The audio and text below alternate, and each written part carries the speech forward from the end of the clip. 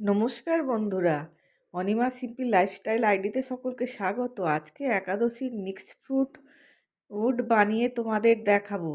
নিয়েছি কলা, আপেল, মধু, খোয়া ক্ষীর, কিশমিশ আর খেজুর, আর নিয়েছি কাজু, বাদাম আর আমন্ড কয়েকটা। প্রথমে কলাটাকে ছাড়িয়ে টুকরো টুকরো করে ছোট ছোট করে কেটে নিলাম, আপেলটাকেও কেটে নিচ্ছি।